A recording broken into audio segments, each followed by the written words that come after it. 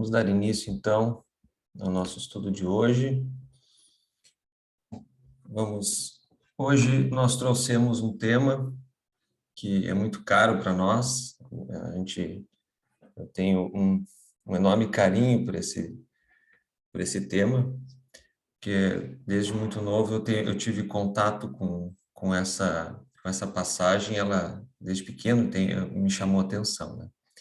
Mas eu trouxe aqui porque ela faz parte da continuidade também dos nossos estudos e para o momento eu acho que é fundamental, que é a candeia do corpo, é o olho. Ela está em Mateus, essa passagem está em Mateus e está em Lucas. A gente vai olhar mais profundamente aqui. Mas antes de nós iniciarmos, vamos fazer nossa prece, agradecendo ao nosso Pai de infinito amor e sabedoria, a bênção de estarmos aqui reunidos em torno do Evangelho vivo, que é o nosso Mestre Jesus Cristo, enviado por Ti, Pai. E rogamos-Te, neste momento, as boas intuições, as boas reflexões em torno da passagem que leremos, das interpretações que faremos, a fim de extrair aqui o espírito da letra e extraindo esse espírito, possamos aplicar no nosso dia a dia, nas nossas vidas. Que assim seja, Pai.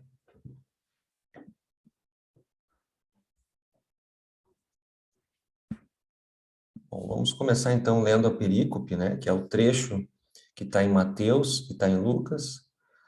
Hoje nós sempre aprofundamos, para quem está chegando aqui pela primeira vez, nós sempre aprofundamos algumas palavras por meio de uma metodologia, ou melhor, toda a perícope, né, e algumas palavras dessa perícope, aprofundando dentro de uma metodologia que nos permite olhar para o contexto em que eram vividos, que Cristo vivia, né, e os seus apóstolos, e como que ele extraía de todos os elementos da vida comum a essência moral e uma maneira de explicar aquilo que é importante para a evolução do espírito. Então, nós vamos ler as perícopes primeiro. Então, Mateus, essa passagem está no capítulo 6, do versículo 22 ao 23. E Mateus escreveu da seguinte forma: a candeia do corpo é o olho. Portanto, se o teu olho for simples, teu corpo inteiro será luminoso. Porém, se o teu olho for mau, teu corpo inteiro estará em treva.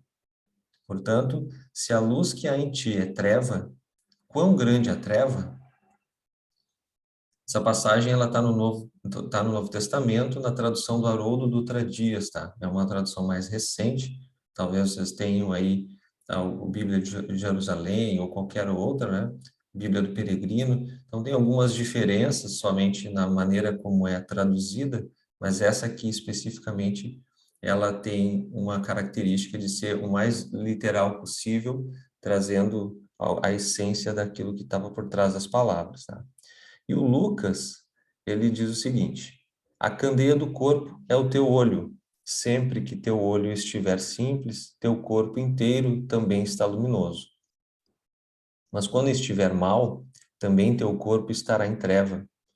Portanto, examina-se a luz que há em ti, se a luz que há em ti não é treva. Portanto, se o teu corpo inteiro for luminoso, não tendo parte alguma escura, será totalmente luminoso, como quando a candeia te ilumina com o raio. Vê que o Lucas ele já explica um pouco mais, né? Cada um tem uma característica um pouco diferente, mas a essência da passagem é a mesma. E essas palavrinhas que vocês estão vendo aqui, sublinhadas, é o que a gente vai explorar aqui para poder buscar esse espírito do contexto. Antes de entrar na interpretação dessas palavras, eu quero trazer aqui um trecho do Deuteronômio, que é do Antigo Testamento, para mostrar o quanto as palavras de Jesus e tudo que Jesus trazia era para relembrar tudo aquilo que já era trazido, já tinha sido apresentado à humanidade por meio do Velho Testamento, e o como ele ressignificava, ou seja, ele transformava esses textos com o olhar dele e com a luz, né, da magnitude espiritual que ele tinha. Então, esse trecho está em Deuteronômio 15:9, e ele diz o seguinte: fica atento a ti mesmo, para que não surja em teu coração um pensamento vil, como a dizer: eis que se aproxima o 7º ano, o ano da remissão, e o teu olho se torne mau para que o teu irmão pobre nada lhe dando. Ele clamaria a Yahvé, que é o Senhor, contra ti, e a ti haveria um pecado. Aqui tem mais simbolismo, o Velho Testamento ele tem muito mais simbolismo, e as palavras, elas são um pouco mais fechadas, né, um pouco mais difíceis de ser interpretadas. A gente não vai aprofundar ela exatamente, mas aqui dá para perceber que a essência do texto, né, a essência moral que está por trás dessas palavras, ela representa uma conexão muito forte com esse trecho que o Cristo, que o Mateus e o Lucas extraíram da fala do próprio Cristo, né? Envolvendo aí um elemento humano, um elemento do corpo, que é o olho, e a gente vai entender o porquê. Então, como eu expliquei antes, a nossa metodologia olha para a metodologia do estudo aprofundado do Evangelho, olha quem, né, quem está envolvido nessa passagem, quando isso aconteceu, onde e como. A partir disso, a gente começa a entender um pouco e trazer mais para o nosso universo atual.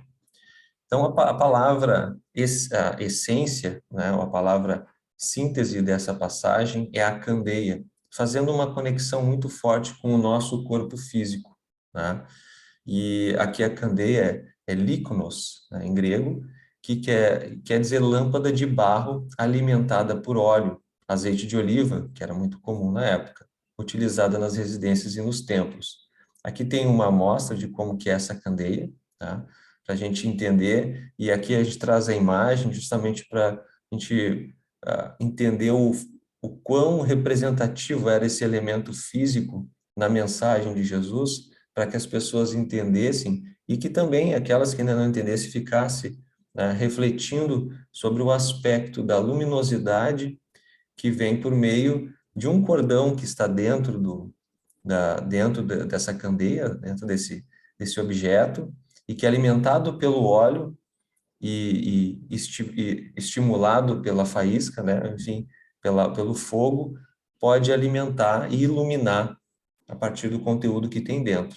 Então, aqui a gente pode já explorar várias interpretações, principalmente pela perspectiva espírita, pela ótica, da representatividade do corpo e do espírito aqui, vinculado ao que está dentro, o óleo, o barbante, que permite sair a luz de dentro, né?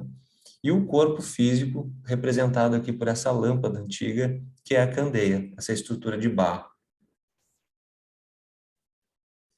E aí ele fala sobre o corpo.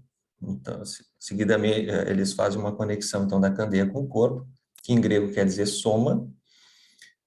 E o Douglas, que é um interpretador da Bíblia, ele diz o seguinte: contrariamente à filosofia grega e muito do pensamento moderno, a ênfase do hebraico, que foi inicialmente onde foi vivido todo o processo, né, a experiência de Jesus, não recai sobre o corpo como algo distinto da alma ou do espírito. No pensamento hebreu, não haviam conceitos fisiologicamente unificadores claramente definidos, tais como o sistema nervoso ou circulatório, pois os vários órgãos, algumas vezes, são referidos como se tivessem certa independência de ação. Então, o uso neotestamentário de soma, que é corpo, mantém-se bastante próximo do hebraico para evitar o pensamento da filosofia grega, a qual tende a reputar o corpo como mal, prisão da alma ou razão, a qual é boa. Então, o que ele quer dizer aqui é que no hebraico, o corpo, tudo que recai sobre o corpo é algo distinto, ou não era algo distinto da alma ou do espírito, né?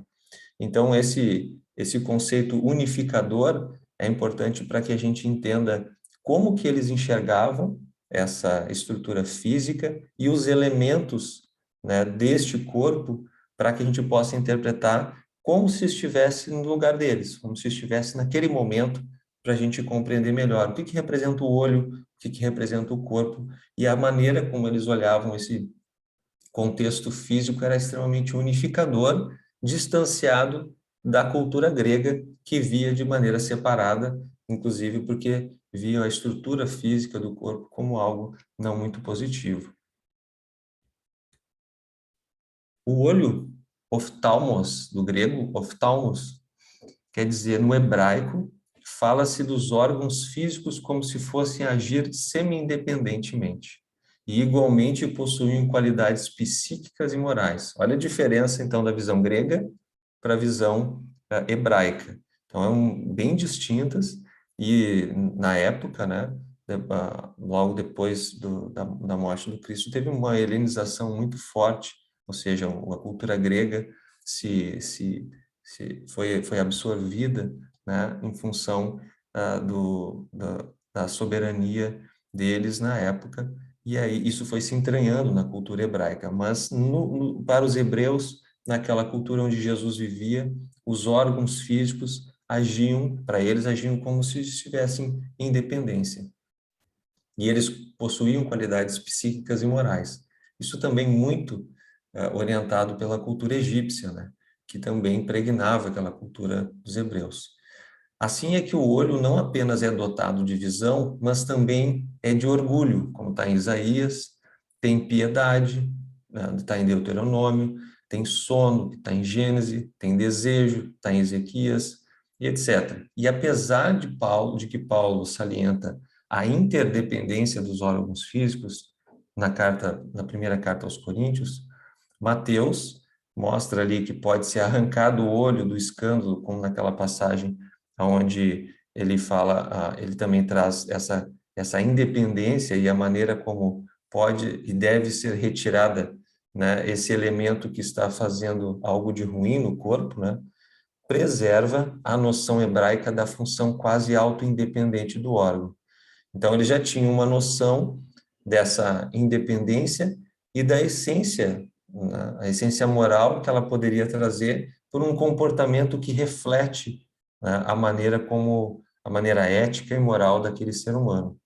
Isso é muito interessante, a gente começa a entender o porquê essa forma de descrever os órgãos e como nessa própria passagem do Mateus aqui, como arrancar o olho, que esse olho representa um escândalo, né? Ela, ou mesmo como a candeia, essa luz, esse olho seja a candeia, ou seja, vinculando a elementos físicos que podem ser retirados, mas não fisicamente, mas metaforicamente, ou seja, extirpar aquele elemento negativo que pode estar por trás, né, desse ponto físico, né?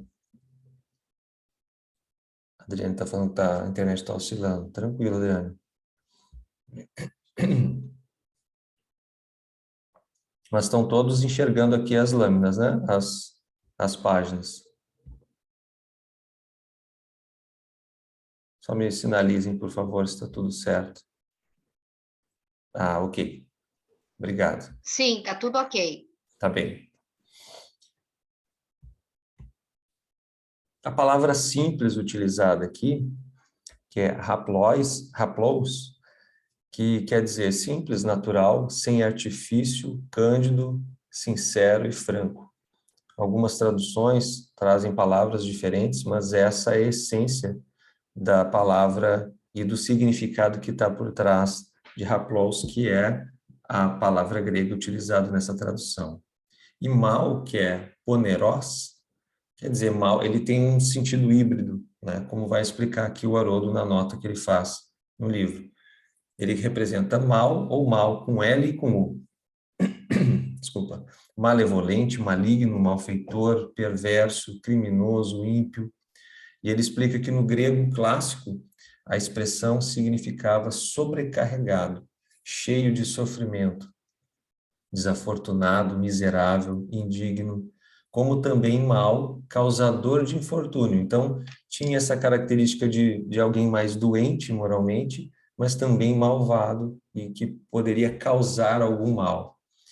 No Novo Testamento, refere-se tanto ao mal quanto ao malvado. Então, é mal maligno, sendo em alguns casos substituído pela palavra hebraica Satanás, que quer dizer adversário.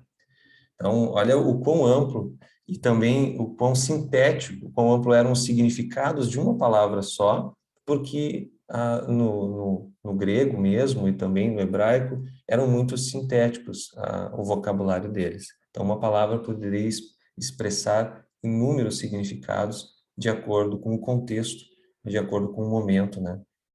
E a explicação que se queria trazer para aquela significação. Ainda no quem, a luz, que é outro elemento dessa passagem muito importante, que em grego quer dizer phos. Essa palavra ela é empregada em conexão com a alegria, com a bênção e com a vida, em contraste com a tristeza, a adversidade e a morte. Aqui tem as referências de Gênesis e de Jó, do livro de Jó. Desde tempos bem recuados, veio a significar a presença e o favor de Deus. Está nos Salmos, em Isaías e na segunda carta aos Coríntios, em contraste com o julgamento de Deus, como está descrito no livro de Amós. Dessas e de outras fontes se origina um dualismo ético entre a luz e as trevas, isto é, o bem e o mal, que se mostra bastante marcante no Novo Testamento. Então, para a gente perceber que, quando a gente olha no conjunto, a gente muitas vezes pode passar despercebido a importância e a expressão de cada uma dessas palavras. Então, a gente olhando unicamente para ela, a gente consegue entender a representatividade que isso tem naquele contexto, tinha naquele contexto, e que a gente precisa trazer para poder entender a força, a intensidade da mensagem que Jesus queria passar com estas palavras. Então, não tinham palavras soltas ao léu, né? Como a gente chama, como a gente diz, ao sabor do vento. Eram palavras muito bem escolhidas para impregnar aquela lição, aquele ensinamento naquele contexto onde ele se encontrava. Então, aqui já mostra a expressão que a luz tinha com a conexão divina, com essa parte animadora, né, que vem de Deus, iluminativa, abençoada, em contraste com toda a maldade e com todo que está envolto do egoísmo e da vaidade e do orgulho impregnado ainda no ser humano. Aqui a gente vai desdobrar um pouco dos comentários, alguns comentários bíblicos. Aqui tem um comentarista chamado Kinner, e ele faz uma explicação que eu acho muito interessante. Ele fala o seguinte, que Jesus fala literalmente de um olho singular por oposição a um olho mau. Esse dizer pode envolver diversos jogos ou palavras. Um olho singular normalmente significa um olho generoso, mas também um olho ganancioso. Numa situação referida no versículo 6, no versículo 24, servir a dois senhores, naquela cultura, um olho mau tanto podia significar um olho enfermo como um olho mesquinho, como a gente viu antes. Muita gente acreditava que os olhos emitiam luz, permitindo que o indivíduo enxergasse, e não o contrário, ou seja, que a luz penetra através dos olhos.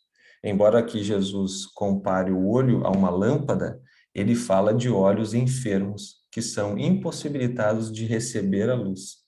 Tais olhos simbolizam a inutilidade de uma pessoa mesquinha. Então, percebam que aqui também tem um elemento muito importante, que é a forma como eles significavam o olho. O olho, ele emitia luz para aquela cultura.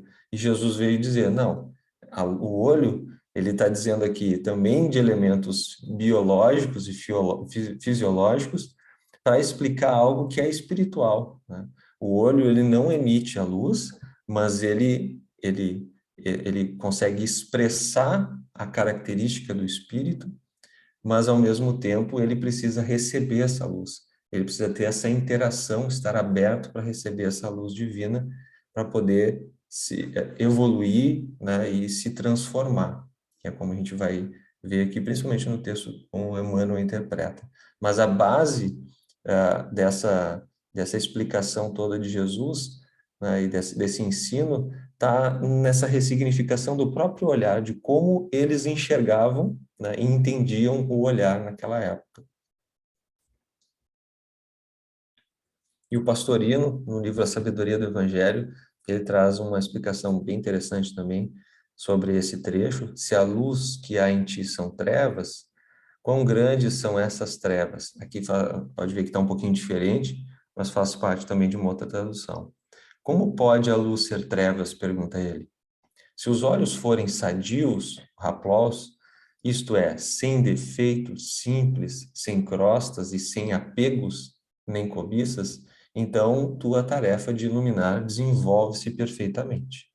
Mas se esses olhos, que são a luz do corpo, começam a criar agregações externas, quase películas de catarata, pela ambição e cobiça, eles começam a ficar velados e, portanto, doentes ou maus, que é o ponerós. E então enxergam tudo torto. As perspectivas ficam distorcidas e falsas. Daí compreender-se que o olho mau ou doente prejudica todo o ser.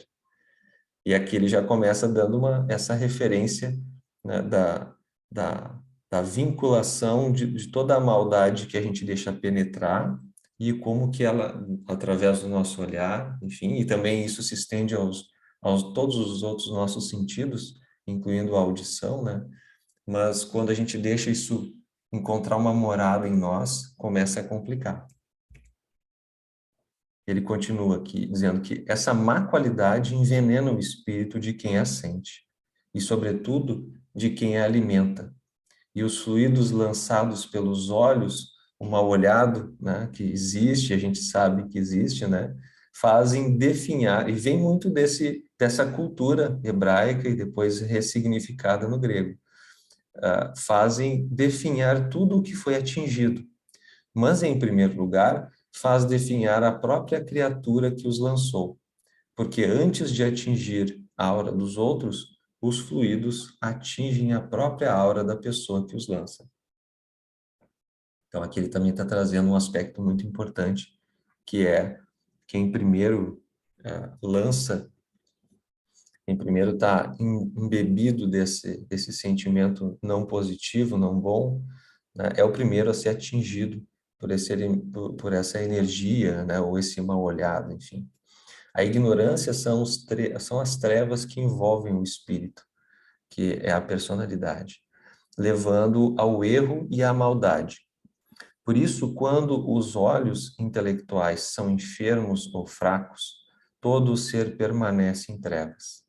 Mas quando os olhos intelectuais são simples, sem a malícia da vaidade que obundra, ou seja, escurece, do orgulho que incha, da dúvida que vacila, tudo é visto com clareza e precisão. E aqui é importante fazer uma explicação, aprofundar um pouco essa visão dos olhos intelectuais, né? Porque ele separa isso, o olho intelectual do olho moral, o olho espiritual. É que por meio da intelectualidade a gente interpreta de maneiras diferentes as coisas.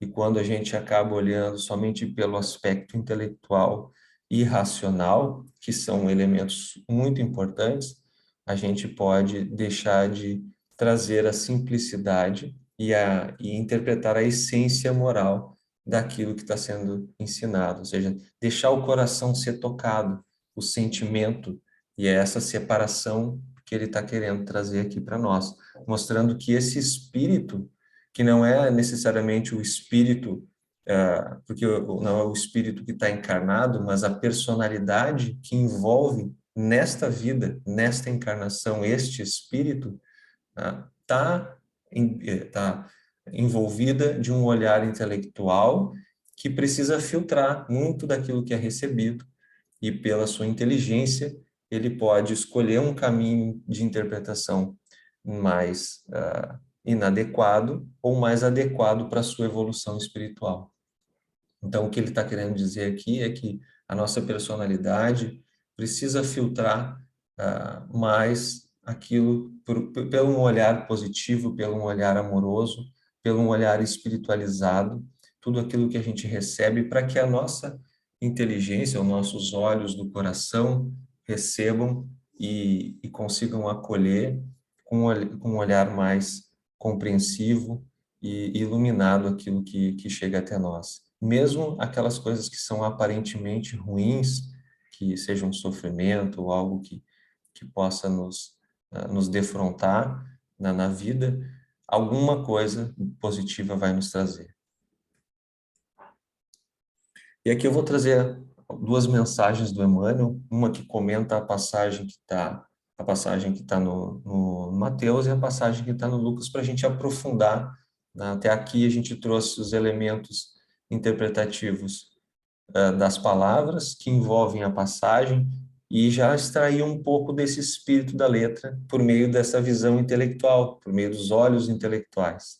Agora a gente vai acessar, por meio dessa luz, desse prisma que veio através dos olhos intelectuais, a gente vai deixar entrar nos olhos do coração, nos olhos do sentimento e mesclar essas duas coisas, essas duas visões, para que a gente possa conectar as duas asas, como o próprio Emmanuel diz, né? A asa da sabedoria e a asa do amor. E a primeira mensagem que eu trouxe aqui do Emmanuel, ela está no livro Palavras de Vida Eterna, e ele comenta esta passagem e intitula o nome do capítulo como Olhos.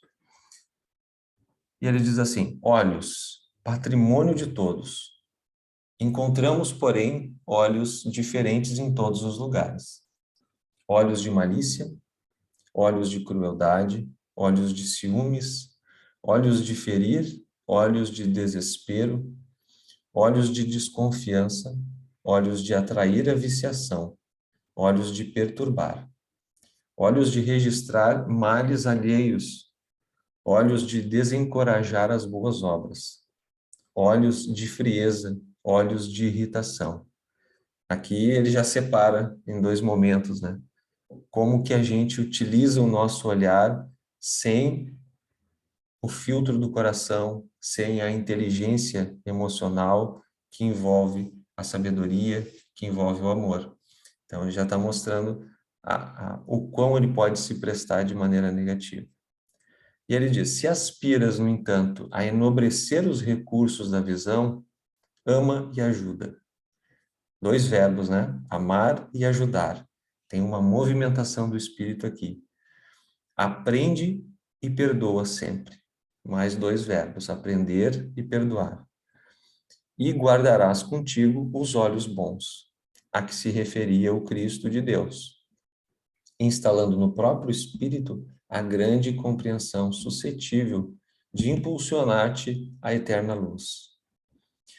E aqui eu quero trazer um aspecto muito importante destes verbos que o Emmanuel utiliza aqui para explicar como se contrapõem todos esses olhares que ele descreveu antes, da malícia, da crueldade, do desespero e da desconfiança.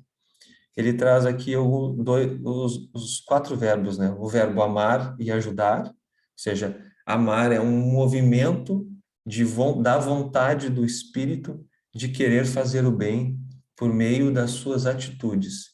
E por isso ele consegue fazer e se encorajar para ajudar o próximo. Então, amar é uma escolha, assim como escolher ajudar. E isso nos envolve na possibilidade de perdoar sempre, ou seja, de poder fazer com que esse perdão, ou seja, o entender que o olhar do outro equivocado, seja para com ele mesmo, ou seja, para conosco, ele tem que ser interpretado pela, pela, pela visão do amor e pela visão da compreensão, para que a gente não coloque trevas no nosso olhar. Então, olha como ele vai aprofundando de uma maneira muito, muito bonita, né? Por meio de uma atitude compreensiva, por meio de uma disposição em fazer o bem, que é isso que está por trás do verbo amar e ajudar e, consecutivamente, perdoar, que é fazer com que a gente consiga ressignificar a atitude dos outros. Em última essência, é isso, para que a gente possa estar melhor, e aí, estando melhor, com um olhar mais limpo, com um olhar mais simples, como a gente está vendo aqui na passagem, a gente consiga aí ser mais suscetível. Olha que interessante. Instalando no próprio espírito a grande compreensão suscetível de impulsionar-te à eterna luz. Então, nós estamos num exercício, a gente ainda está muito longe, a gente vive constantemente nessa possibilidade e nessa impossibilidade da luz penetrando no nosso olho. Então, com alguns momentos de ciúmes, de crueldade, de malícia, de desespero, mas para que a gente possa estar mais suscetível, o nosso coração, o nosso olhar, a nossa audição, a gente precisa buscar mais a compreensão por meio do amor, por meio da ajuda, por meio do perdão. Então, pode ver como esse jogo de palavras que ele vai envolvendo aqui o texto colabora para que a gente possa entender, né, e de uma maneira mais prática, né, como que é o exercício que a gente precisa fazer para começar a se impulsionar a essa eterna luz que é Deus, né, que é o movimento que todos nós fazemos. E aí tem a segunda mensagem aqui, depois eu vou abrir para que a gente possa conversar um pouco sobre isso, e ouvir a interpretação de vocês, mas para mim ela complementa, né, esse aspecto que a gente começou pelo olhar, esse olhar intelectual que vai para o olhar do coração, e agora ele traz um aspecto que está muito mais no ser, aqui ele continua, obviamente, no ser, mas aqui ele expande para essa relação maior aí com o mundo. Que aí ele pega o trecho que está em Lucas, vê, pois, que a luz que há em ti não sejam trevas. E ele pega as duas primeiras palavras, vê, pois. Eu acho genial a maneira como Emmanuel traz e pinça esses elementos, algumas palavras, e explora elas em algo que a gente olharia e diria, tá, mas isso aqui não quer dizer nada para mim, né? Essa passagem está no Vinha de Luz, capítulo 33. E ele diz assim, a ciência e a sabedoria, inteligência e conhecimento, intelectualidade, ou melhor, a ciência e a sabedoria, inteligência e conhecimento, intelectualidade e luz espiritual. É o que a gente estava falando sobre o olho intelectual, ou o olhar intelectual, e o olhar do coração, o olhar do espírito. Então, há essas duas possibilidades dentro do ser humano. A ciência e a sabedoria, no caso, a sabedoria e a inteligência e o amor. Geralmente, todo homem de raciocínio fácil é interpretado à conta de mais sábio. No entanto, há que distinguir. Então, muitas vezes a gente, por meio da inteligência, se acha melhor, né? E se acha evoluído espiritualmente, não é só melhor, mas espiritualmente mais elevado, e as pessoas interpretam assim. Então, a gente precisa também colocar o nosso olhar, ver, pois, de uma maneira um pouco mais criteriosa. O homem não possui ainda qualidades para registrar a verdadeira luz. Daí a necessidade de prudência e vigilância. Aqui ele nos chamando a atenção para que a gente tenha prudência e vigilância, não só para o olhar dos demais, né? A gente saber que todas as pessoas, por mais iluminadas que já estejam, a verdadeira luz que é Deus ainda não pode penetrar nesse olhar, nessa consciência com a profundidade como tinha em Cristo, por exemplo, e por isso a gente precisa estar sempre olhando para tudo, literalmente olhando com prudência e vigilância, principalmente aquilo que está dentro de nós, aquilo que a gente pensa e aquilo que a gente faz. Em todos os lugares, continua ele, há industriosos e entendidos, conhecedores e psicólogos. Muitas vezes, porém, não passam de oportunistas prontos para um golpe de interesse inferior. Olha o quão profundo ele vai. Então, muitas vezes a gente se utiliza dessa intelectualidade, desse olhar intelectual, para nos colocar os nossos interesses à frente da busca espiritual ou da mensagem que a gente quer trazer aqui. Quantos escrevem livros abomináveis, espalhando veneno nos corações? Quantos se aproveitam do rótulo da própria caridade, visando extrair vantagens da ambição? E continua, colocando o orgulho e a vaidade à frente de qualquer interesse moral ou caridoso. Não bastam o engenho e a habilidade. Não satisfaz a simples visão psicológica. É preciso luz divina. Aqui ele está nos chamando a atenção de que a inteligência é importante, mas não basta apenas a inteligência. Então, é preciso a luz divina. E a luz divina, como a própria frase está dizendo, ela é divina, não é nossa. A gente precisa estar aberto para absorvê-la. Estar aberto para absorvê-la é começar a entender a dinâmica divina, a dinâmica da misericórdia, a dinâmica do amor, que é o que o Cristo veio nos ensinar. Há homens que, num instante, aprendem toda a extensão de um campo, conhecem-lhe a terra, identificam-lhe o valor. Há, todavia, poucos homens que apercebem de tudo isso e se dispõem a suar por ele, amando antes de explorá-lo, dando-lhe compreensão antes da exigência. Aqui eu gosto de que ele traz sempre esse elemento da natureza e esse elemento da agricultura, né, que era muito comum na época do Cristo, e que ali representa a justiça divina, representa a maneira como Deus se comunica com a gente, né? E aí ele está trazendo que muitas vezes a gente olha as oportunidades que nos envolvem, mas não coloca um olhar de amor antes de explorar ele. E a gente está falando aqui, seja um contexto de vida em família ou vida em trabalho, em qualquer que seja, né? Nem sempre a luz reside onde a opinião comum pretende observá-la.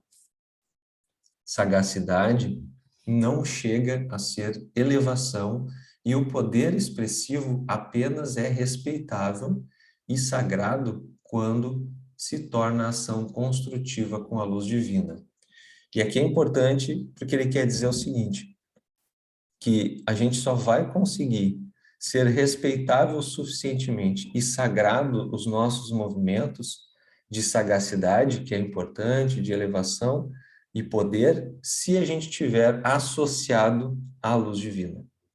E isso é entender que nós somos uma ferramenta de Deus, um instrumento dele nesse processo operativo aqui na vida e as realizações que a gente pode fazer, ela é motivada por essa luz maior que envolve a nossa inteligência e que pelo mérito da nossa vontade a gente dá vazão.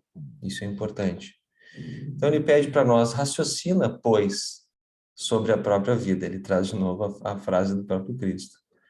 Vê com clareza se a pretensa claridade que há em ti não é sombra de cegueira espiritual. Aqui ele está trazendo o elemento treva, enfim, que foi traduzido como trevas ali, como a sombra, que muitas vezes a gente interpreta como claridade, mas ela é uma sombra, uma cegueira espiritual, porque a gente ainda não compreendeu e não deixou a luz divina entrar no nosso coração por meio da compreensão, por meio do amor, por meio do perdão, por meio da ajuda, da caridade. E, e assim, eu sou eu acredito muito, né, que a gente é muito mais pretensioso ainda do que realmente alguém que esteja com essa elevação necessária. E por isso a gente está aqui estudando, por isso a gente está aqui em conjunto, né? Estou trazendo elementos da vida do Cristo, que é o próprio Evangelho, ou seja, o Evangelho é a vida do Cristo, não é um livro, ou seja, foram pessoas que escreveram sobre a vida de alguém, mas elementos muito importantes, alguns dos elementos da vida de um ser que expressou a habilidade de exteriorizar a vontade de Deus, a luz divina. E é isso que a gente precisa aprender em conjunto, né?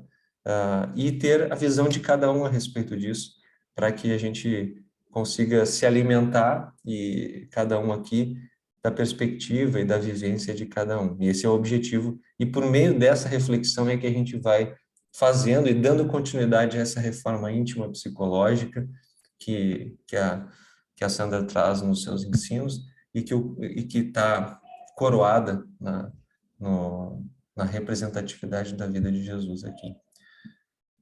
Essas eram os elementos principais que eu queria trazer para a nossa reflexão de hoje. Eu queria ouvir um pouquinho de vocês agora, a respeito desses textos, desses elementos, entender se vocês tiveram alguma dúvida, quiserem perguntar alguma coisa, quiserem trazer a visão de vocês a respeito dessa passagem, porque particularmente eu gosto muito da interpretação de Emmanuel, né? E ele para mim representa, principalmente por meio da psicografia do Chico Xavier, um elemento seguro para a gente chegar em uma reflexão um pouco melhor, né? Mais próxima da luz, vamos chamar assim. Eu gostaria de falar, não sei se está me ouvindo? Sim, pode falar, Rosa, por favor.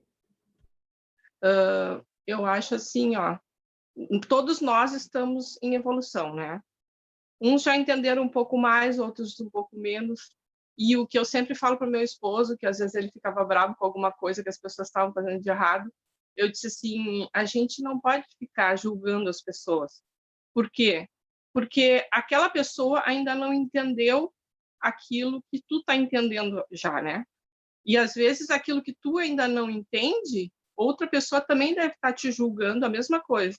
Então, por isso que a gente tem que ter esses olhos, né, para o nosso irmão, como se a gente não pode julgar as pessoas, entende? Mesmo que elas estejam fazendo o pior que elas estão fazendo, matando isso e aquilo, porque naquele momento, tudo que elas estão fazendo, elas ainda não entenderam essa parte, né? Então, eu entendo isso, sabe? Que nem estava falando, os olhos que a gente está enxergando as pessoas, né? A luz que tu tem nos teus olhos para ver o teu próximo. No caso, eu estou te explicando assim do meu modo grosseiro de explicar, né? Do que eu entendo na vida e o que eu entendo do evangelho, o que eu entendo da espiritualidade, e eu vejo desse modo. E agora mesmo estava falando sobre isso, né? No estudo do evangelho, que é tão bom isso, né? E cada vez que a gente lê o evangelho, eu acho tão importante porque cada vez que eu leio o evangelho no meu evangelho no lar, e cada trechinho que a gente abre e estuda, né, que naquele momento do Evangelho no Lar é um estudo, né, a gente reflete sobre aquilo. Então, eu acho assim, cada vez que tu abre e que tu lê, tu entende outra coisa a mais daquilo que tu entendeu numa outra vez, né? Então, tu vai conseguindo refletir melhor. E é tu tá evoluindo, tu tá entendendo, e a gente conversando em família também, um vai passando para o outro, um vai ensinando e o outro também vai, sabe, pegando aquilo que aquele pegou também, né? É tão bom isso. E é isso que eu queria falar, assim, eu acho que o importante nas pessoas é não julgar o outro, sabe? O julgamento, porque nós estamos aqui nós estamos na Terra, né? A Terra é a nosso planeta, que nós estamos no mesmo plano, entende? Então, que nem tu falou ali no intelectual, na pessoa que tem estudo, na pessoa que não tem estudo, né? Então, não é perante Deus, para Deus, todo mundo é igual. Ele te dá a oportunidade de evoluir, ele te dá o tempo que tu quiser para te evoluir, né? Quantas vezes tu vai ter que vir aqui para te ir aprendendo? E daí vai entender aquilo que tu vai querer ver, a visão, estudar, entender, abrir a mente para conseguir entender tudo, né? E conseguindo evoluir. Então, cada um, nós estamos no mesmo, como se diz, na mesma barca aqui, né? Dentro Sim, da sim. Terra. E em cada momento, um vai ter uma evolução de alguma coisa, outro não. Tu tem que ter a visão do teu próximo, sempre com amor, mesmo que ele esteja fazendo aquilo de errado, que tu veja que é errado, mas que ele ainda não entendeu. Ele não está tendo aquela visão, né? Eu acho que é assim, sabe? É o que eu sempre entendi. E agora, tu passando todo esse estudo aí, como é que eu vou dizer, tive mais certeza daquilo que eu entendo, daquilo que eu penso, entendeu? Em Sim. respeito disso. Legal, Foi muito muito bom, muito obrigado, viu, por tudo que eu aprendi mais ainda agora com legal. essa passagem do Evangelho que você estava nos passando. Bonita essa tua visão. E eu queria fazer só um complemento, que tu trouxe uma palavra que ela inclusive é muito utilizada no Velho Testamento e um pouco também no Novo Testamento, que é o julgamento. Uhum, E a gente, e é um outro verbo, né? É um outro ato. O ato de sim. julgar, ele, se a gente for entender ele na verdadeira acepção da palavra, ele busca o discernimento, que é separar aquilo que não foi bom daquilo que é bom, ou daquilo que pode ainda evoluir. Sim, Mas não tira o olhar daquilo que foi mal, daquilo que é ruim. claro. E é isso que é Não, importante também, a gente vai ressignificando com Jesus o olhar da justiça, como diz lá a terceira parte do Livro dos Espíritos, é a lei de amor, justiça e caridade, é uma lei só.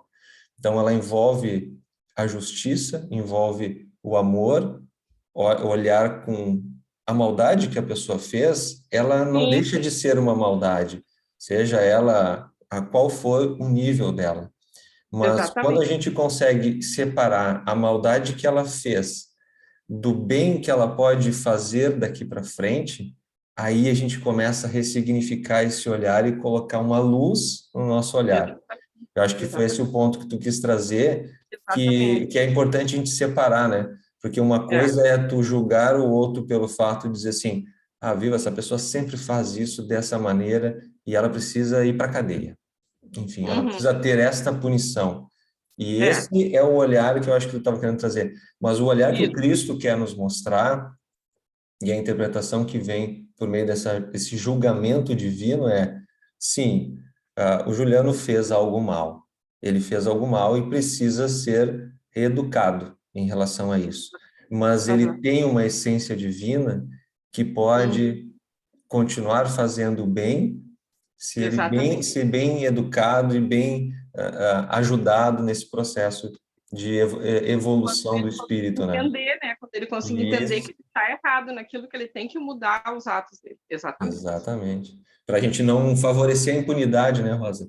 Isso é bem importante. Ah, não, exatamente, claro, não. O É, mal não vai deixar de ser. Ai, vai, é, fez o mal e aí, tá, não entendia, daí eu vou lá continuar fazendo mal. Não é é. isso, né? O próprio Exatamente. Emmanuel tem uma frase muito bonita que ele diz assim: o evangelho não combina com ingenuidade.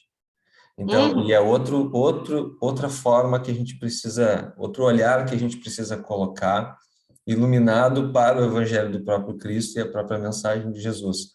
Não tem Sim, ingenuidade nos movimentos de Jesus e no amor de Deus, que é o amor que Jesus veio nos trazer. Não tem ingenuidade, tem um olhar muito claro para aquilo que é, para a realidade, mas tem principalmente um olhar para a construção divina que enxerga desde o verme o potencial do arcanjo, que é o que diz sim. lá no Livro dos Espíritos. E esse é um olhar Aham. maduro espiritualmente, que a gente precisa aprender, e eu estou falando aqui porque eu sou o primeiro a precisar aprender esse processo, né? A gente começa a Todos nós, né? entender, né? Todos nós, né? E depois a gente vai experimentando. Mas é muito importante essa visão que tu trouxe. Obrigado por colaborar aí, pela Deus compreensão. nos dá, e Deus, eu acho assim, a Deus dá todas as oportunidades que nós precisamos para nós recomeçar, para nós aprender, para nós evoluir, para nós entender o que nós estamos fazendo, né? Então a gente tem toda a oportunidade e perdoar o nosso próximo, que nem estava falando sobre perdão ali. Deus está sempre perdoando nós por tudo que a gente faz, nos dando a nova oportunidade de melhorar, de rever aquilo que a gente está fazendo de errado, que nem estava falando sobre o mal. O mal a pessoa faz, mas não que vai ficar impune sobre aquilo ali. Vai vir a justiça divina, tanto a material quanto a Sim, espiritual, né? Que a gente sim, sabe que existe, que é assim que funciona, mas assim, ó, vai ter oportunidade de rever, de se refazer, né? perfeito, perfeito. Muito obrigado, Rosa. Obrigado Eu que pela tua agradeço, visão aí. eu que agradeço todo o ensinamento teu hoje. Cleonice, acho que queria falar também, né? Tinha aberto o áudio ali. Eu assim, ouvindo as tuas palavras, né, e as da colega agora, eu percebo que é muito difícil isso, porque parece uma coisa natural nossa de julgar, mas não julgar 100% de forma negativa, com crítica, mas assim, talvez pensando sempre que o outro tem que melhorar, sendo que a melhora tá em nós mesmos, né?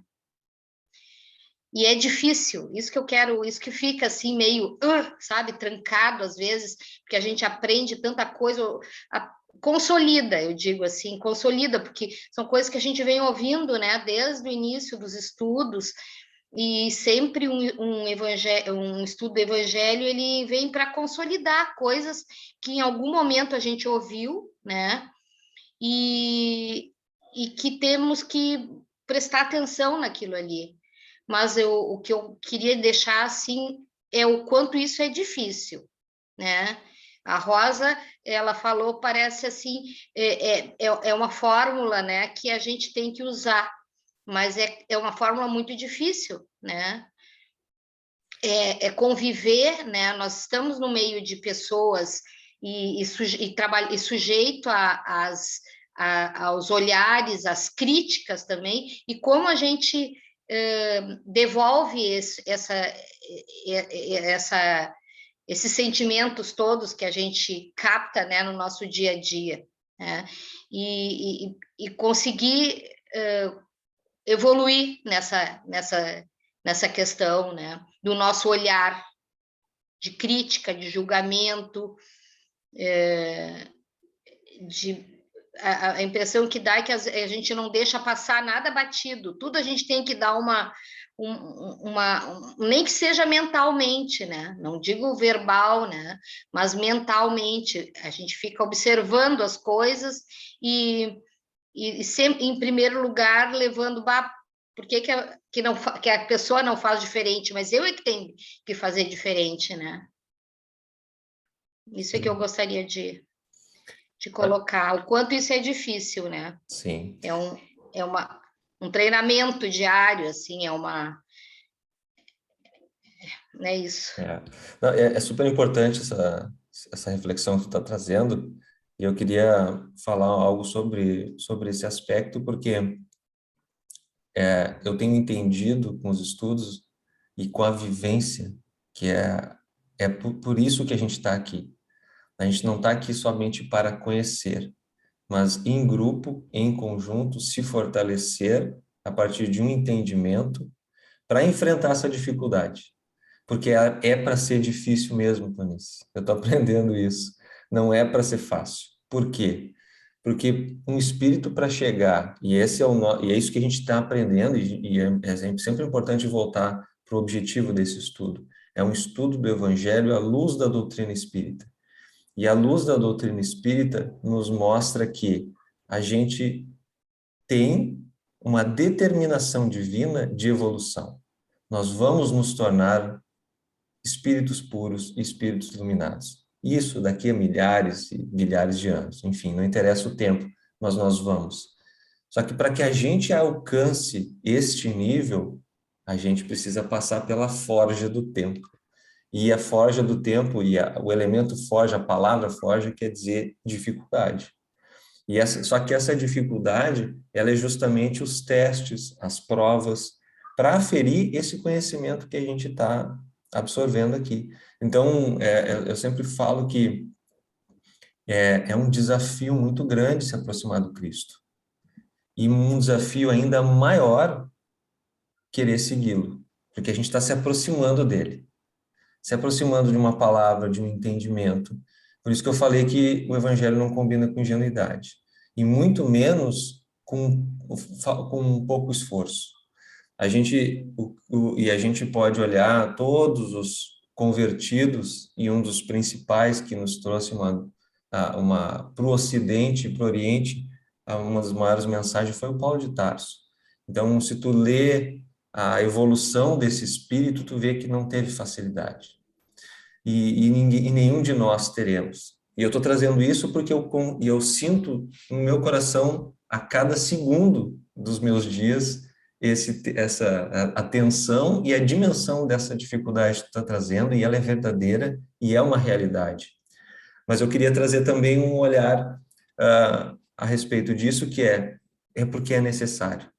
Porque é necessário justamente para que a gente possa ressignificar por meio da ação. Porque aqui é só um momento, e por isso que é 1h30, para a gente também não ficar muito tempo intelectualizando, e por quê? A gente precisa ir para o coração. E quando a gente vai para o coração, eu tenho aprendido que é só por meio da experiência. Tu tem que sentir. Por isso, muitas vezes, a gente tem que sofrer.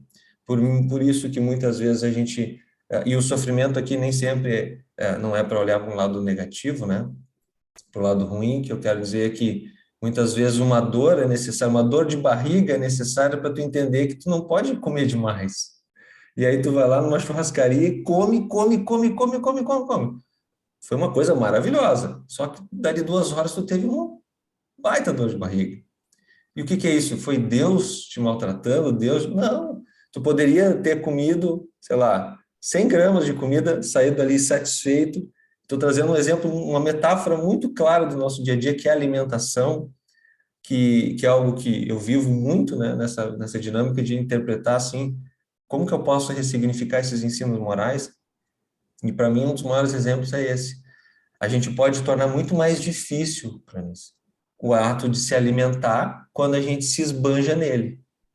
Da mesma forma, e a gente só vai sentir essa dificuldade quando a gente experimentar um grande buffet com muita coisa e tu quer consumir tudo.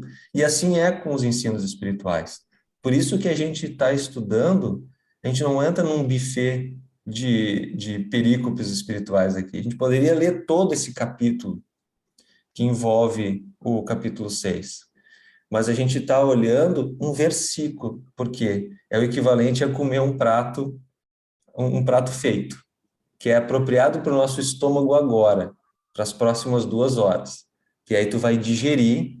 Então, acho que a melhor metáfora para esse processo de dificuldade é o que a gente está se alimentando aqui?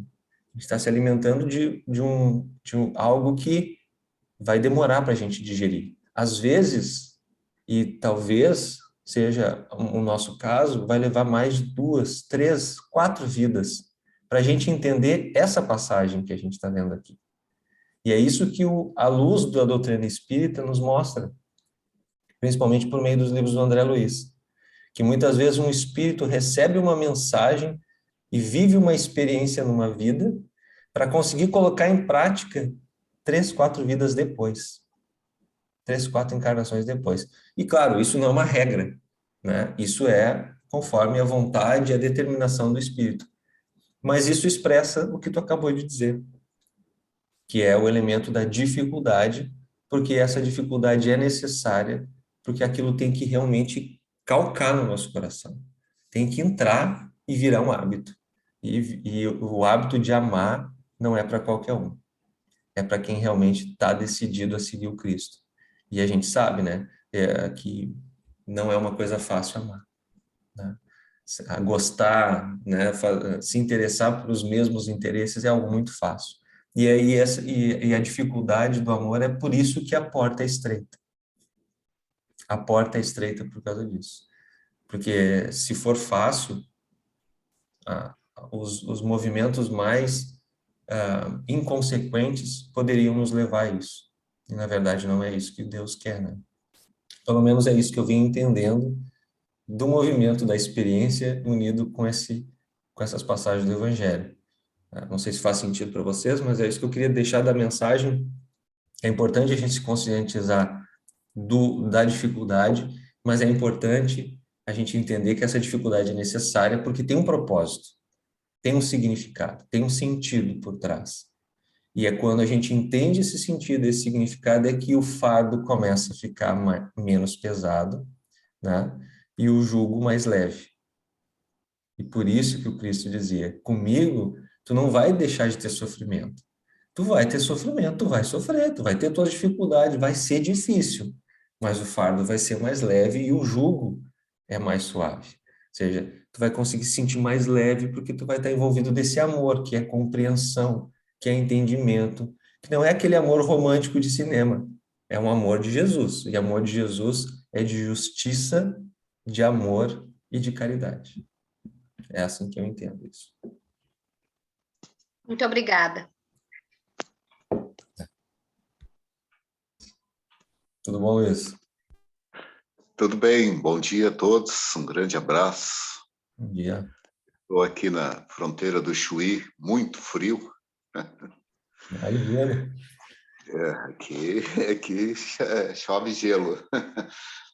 Olha, eu estive essa semana visitando uma mesquita, por curiosidade, e fui recebido pelo reverendo da mesquita, não perguntei como é que se chama a pessoa ali.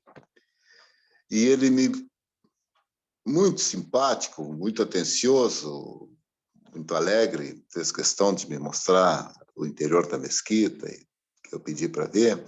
E aí conversamos mais um pouco e ele me colocou os fundamentos do islamismo e os comportamentos que devem ter o muçulmano e as leis muçulmanas.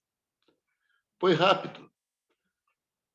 E eu fiquei muito impressionado porque, como eu nunca tinha tido um contato direto assim, a gente julga uma coisa. Quando tu fala diretamente com a pessoa, é outra coisa. Me dizia um amigo certa vez assim: o maior pecado é aquele que tu cometes em pensamento, porque tu não dá oportunidade ao outro se defender. Então, me pareceu que cabia, que é justa isso neste momento que eu estava falando com ele. Muito bem. Saí muito impressionado. Agora, ouça a tua palestra. Olha que coisa maluca na cabeça da gente. Então, vem a luz do olhar, a luz... Então, eu interpreto assim, que a luz do olhar é a luz que vem do coração. Eu não tenho mais o que dizer sobre isso, a não ser isso.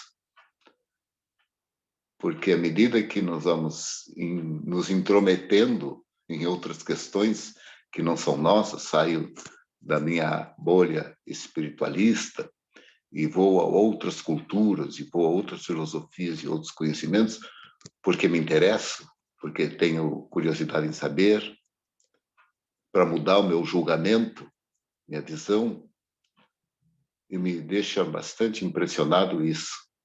Como que eu agora, dentro do meu princípio, vou associar estas ideias, esses pensamentos todos e procurar ver aí o que há de melhor entre nós.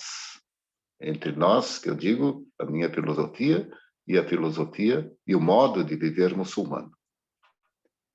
Encontrar aí um ponto em comum. E eu creio que esse seja a luz que nós possamos lançar sobre o outro e unificar pelo coração. Não vejo outra maneira. Tá bem? Muito obrigado. Uma saudade enorme de vocês. Uma saudade muito grande da casa de João Pedro, dos meus amigos, meus irmãos de trabalho. Felicidade a todos. Espero estar aí em breve. Tchau. Obrigado, Luiz. Também estamos com saudade aqui. E obrigado pela tua reflexão, né? É muito bonito. Não tem muito o que falar a respeito dela, eu só diria que é a luz, é a luz do compartilhamento, né? Tu foi falando, vinha duas palavras na minha cabeça: comunhão, compartilhamento, que nos envolve na cocriação divina, né? Como diz o André Luiz, os cocriadores em planos menores. Não tem como tu cocriar com Deus havendo dissensão, né? Havendo briga com a forma como o outro vê as coisas, mas sim como tu pode colaborar junto com o outro da maneira como ele vê, né? Eu achei bonita a tua reflexão e eu acho que é esse elo divino de cocriação que tu tá chamando a atenção. Muito obrigado.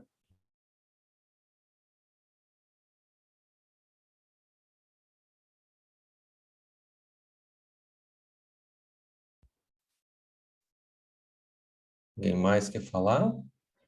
O Paulo, a Lígia, o Vitor. Acho que o teu áudio não está saindo, Vitor.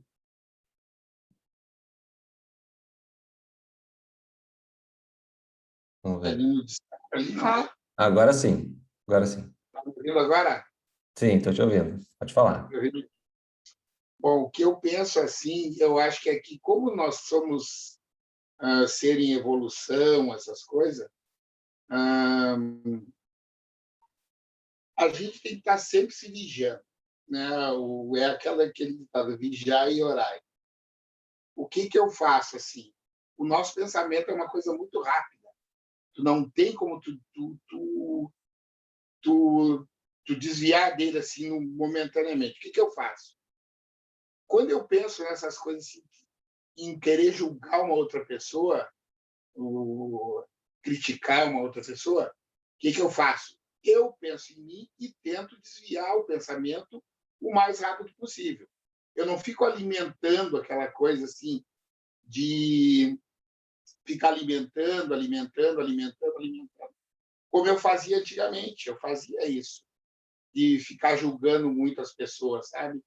Eu tinha esse não sei o que pode dizer, eu sei essa coisa ruim, né?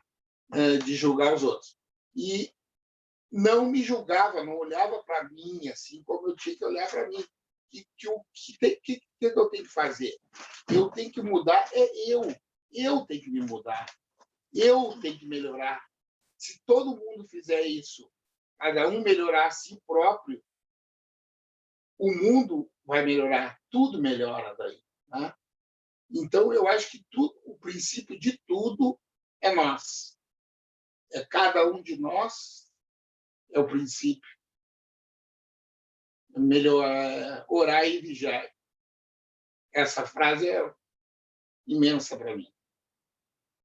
E eu faço todo o meu dia, meu dia a dia, é isso que eu sempre faço.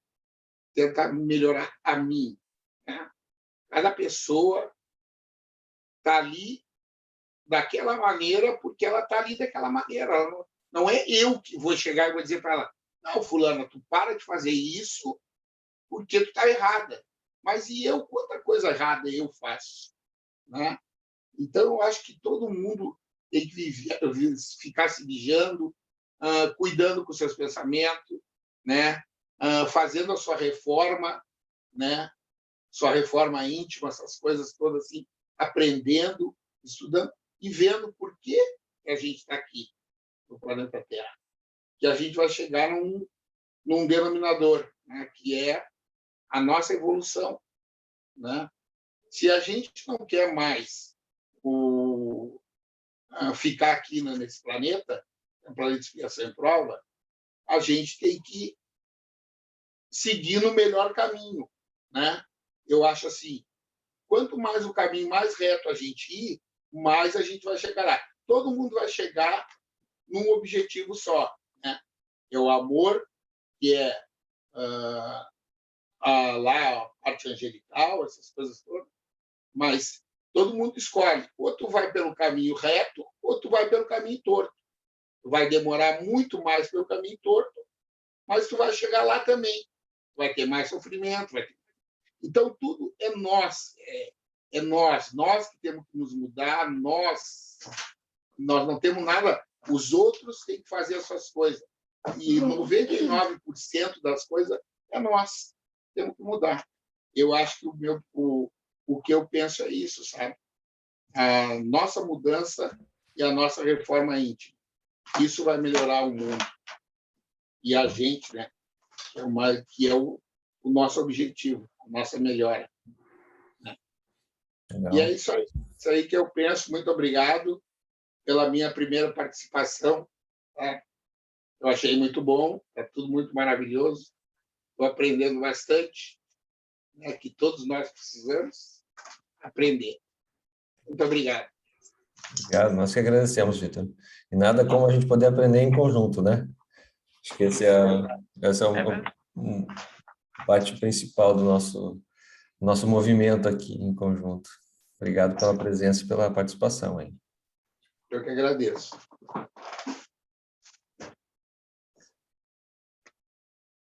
Bom, acho que todos já falaram, né? Quem estava querendo falar um pouco, não sei se o Paulo e a Lígia ainda querem falar alguma coisa, senão a gente pode ir se encaminhando para o final. Hoje eu só vou agradecer a palestra, vou ficar quietinha. Eu só repito as palavras deles, né? E é realmente, né? Essa última também desse senhor, é isso, se controlar, né? E orar e vigiar. Isso mesmo, eu aprendi também bem assim. Obrigado, Muito Ligia. linda a palestra hoje. Obrigado. Obrigado pela presença. Ok. E, Juliano, eu também vou de encontro à opinião de todos os colegas, apesar da dificuldade da conscientização assim do aqui e agora, do orar e vigiar, pelas palavras de Emmanuel, o jeito que ele escreve, ele transmite assim a possibilidade de se fazer isso através da conscientização do aqui e agora. Achei bem assim factível de ser realizado, apesar da dificuldade. Legal. Eu também acho, eu gostei desse ponto que tu trouxe, Paulo, e eu tenho um apreço muito grande, não só por ele, mas também pelo André Luiz, pelo pragmatismo deles, né? Eles realmente dizem a maneira como tu pode fazer, mas isso não quer dizer que seja fácil, como vocês bem estão falando aí, e não é. Mas Eu ia comentar não sobre é, isso. e inclusive em muitos casos ele é muito duro, né? Em algumas frases, a gente viu ali algumas frases bem duras, né? Mas eu entendo que é um processo de aprendizado que é necessário para nós, e eu acho que é por isso que também tem trazendo esse aspecto do orar e vigiar, o orar para nós, eu acho que é esse rogativo a Deus, dizendo assim, Deus, tá difícil, eu sei, eu tenho que vigiar, eu tenho que fazer a minha parte, mas pede a mão para ele, né? Eu acho que esse é e ele fala isso nas mensagens também, né? A gente também é um ato de humildade chegar e dizer para Deus, olha, Deus, me dá um pouco da tua mão, porque eu, né, não tem, eu vou atravessar a rua aqui, é o teu filho querendo atravessar a rua, uma freeway, e ele precisa da tua mão. Se não tiver a tua mão, ele vai ser atropelado, entende? Às vezes a gente tem a condição de desviar dos carros já, mas não tem a segurança necessária.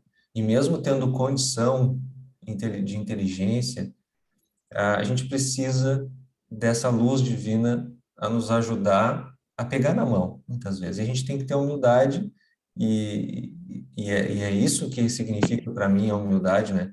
É entender que tem um ser muito maior do que tu e que tu precisa dele o tempo todo, justamente porque é difícil e vai ser cada vez mais difícil. Quanto mais alto o grau tu queira atingir, mais difícil vai ser. Mas também maior vai ser o aporte divino. E aí essa, para mim, é a parte magnífica da confiança em Deus, é a sua misericórdia, né? Ele está sempre junto, está sempre pegando na mão, está sempre te pegando no colo, muitas vezes. E a gente tem que acessar esse recurso por meio da oração, como vocês muito bem lembraram, hein? Então é isso, gente. Tem a dificuldade e a gente diz assim, Deus, está difícil. Me dá a tua mão. Me dá teu colo.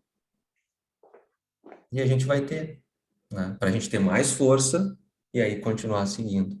Porque a gente vai cair e a gente vai levantar, mas a gente vai levantar com ele, né? E essa é uma das coisas que eu acho muito importante e que eu arrisco a falar aqui para vocês do quanto às vezes é nocivo uma autoajuda, uma literatura de autoajuda que te diz que tu pode conseguir tudo sozinho. E eu vou dizer uma coisa para vocês, tu não pode nada sozinho. Tu pode com a luz divina. E a gente sabe disso quando a gente começa a estudar e viver, né, as coisas de transformação do espírito, de sublimação de sentimento. Então a gente vive por meio de uma luz divina que nos anima e que se ele cortar esse pensamento misericordioso que vem por meio do Cristo, de todos os espíritos iluminados e aqueles que não são tão iluminados, mas que estão nos ajudando, que trabalham para a luz, a gente cai. Sem a misericórdia divina, a gente não para de pé, gente. Não para de pé. E eu trago aqui para vocês uma visão que eu acredito e confio muito. E acho que esse ato de humildade, a gente entender que sem ele não tem como. E é só dessa forma que a gente consegue digerir esse prato de comida que é o evangelho que a gente acabou de ter aqui, né? Para não dar má digestão ali na frente. Obrigado, gente. Obrigado pela presença de vocês, pelo compartilhamento dos sentimentos, dos pensamentos de vocês, dos ensinamentos. Agradecer vocês e deixar o convite aqui para o próximo encontro, daqui a 15 dias novamente. Tá? Estaremos lá. Muito obrigado. Um ótimo sábado para vocês. Um bom final de semana. Obrigada. Bom fim de Muito semana. obrigada, pessoal. bom fim de semana a todos. Obrigada, professor. Fica com Obrigada. Deus. Muito obrigado, boa semana, até a próxima. Obrigado, até. Fiquem com Deus. Gratidão. A todos. Gratidão. Gratidão.